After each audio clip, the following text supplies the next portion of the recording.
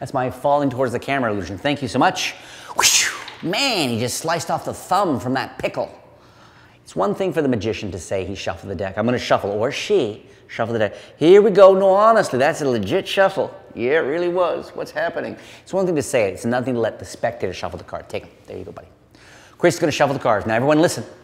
You'll hear the holy, holy sounds of a deck being shuffled. Thank you. I'm going to take the cards back. Thank you. Now, look. I'm going to select a card, and I'm not even going to remove it from the deck, and I'm not even going to use my fingers to select it. I'm going to use a pencil. This is a real pencil. Oh, yeah. Watch, watch, watch. Right here. He shuffled the deck. I'm going to poke the pencil in the middle of the deck, which makes a bit of a step. And I'm going to look at the card. Okay. Going to keep it in mind. Going to hand the cards back to the spectator. Give him a shuffle, brother. Let's hear those holy, holy sounds. Ooh, I love that. Lull me to sleep. Like a little baby magi. Okay, shuffle the cards again. Take them back. Look. Now, Chris, you take the pencil. You shuffle the deck twice now. Give a little poke. Somewhere in the middle. Great. Okay. Little poke. Take a look at the card. Okay. Got it. Got it? Okay. Going to square up the cards like that. Super fair. I'm even gonna, for those wise, no breaks, no nothing, okay? Now look, my favorite magic tricks are where something amazing happens without doing anything. I'm thinking of my card. You got yours in mind, Chris. Watch, watch, watch, watch, watch. Just here and shake. Damn, he's really, really good at that. I wonder what that says about him. Let's hope. Mine was the 3 of hearts. What was your brother? 8 of hearts. 8 of hearts, 3 of hearts. Was I able to shake my thought of card and your thought of card so that they come right together? I think the answer is hell yeah. This is the Ginsburg poke, which I know sounds like one of my nutty comments. This is the Falafel 11 mystery. No, this is the Ginsburg poke. And I learned this many, many, many, many years ago. And I love my mind, not an ego thing. I think of my mind as sort of not me in a weird way. And my mind has a way of holding on to things, sort of letting go of some things and holding on to other things that have really interesting applications for magic. And this is one of these things, the Ginsburg poke. For this, you need a pencil or a pen, or maybe you have some sort of surgical issue with one of your fingers, because what you need is something that you can poke with, but also is perfectly flat. If you have a pen with a pen cap on it, it won't work, because when you poke it into the deck, what you'll get is some sort of messy, sort of unclear thing. You want something when you poke it in, creates a clear step. Now, you could do it with a book. You could do it maybe with an upset boll weevil fin. I'm not sure.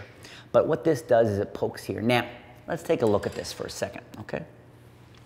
You've poked out some cards. You can see they're neatly stepped out. But right now, I just did the one secret move involved. I took a little peek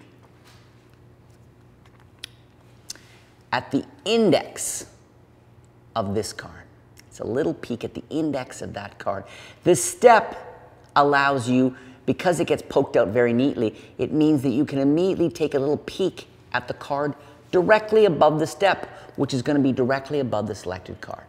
So ultimately, the Ginsburg poke is a super fair way, and it's really cool, super fair way for have a card randomly selected, but you can immediately peek at the card directly above it. So it's a location idea as well.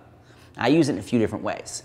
Now, one of the ways, so deck is shuffled. I mean, think of the effect here. The deck is shuffled. Now, what you can do with this is have the deck shuffled, extend the deck to somebody, you hold the deck in like this or whatever, like that, and have the spectator poke in. Now, they can then look at a card, and because of the glimpse you're going to do, which again is in this motion, they're taking a peek at it here.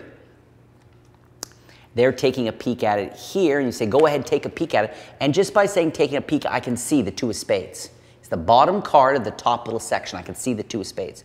So I'm now into what's called key card country, where I can then have the cards squared up, okay?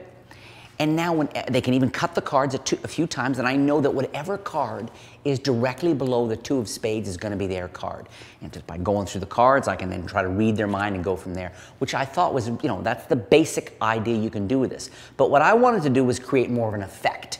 So what I do is kind of almost a do as I do premise, an old card trick premise, where I first do the poke, which is what's nice about this is I get to demonstrate what I want them to do. And that's very important, I think, so it can be clean flowing.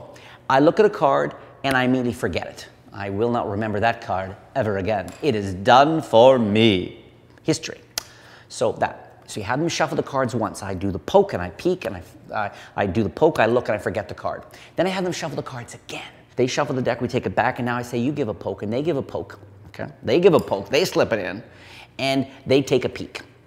Now, when they take a peek at their card, of course, in this case, the 7 of diamonds, I can see the 8 of hearts directly above their card, just that peek. Square the cards in.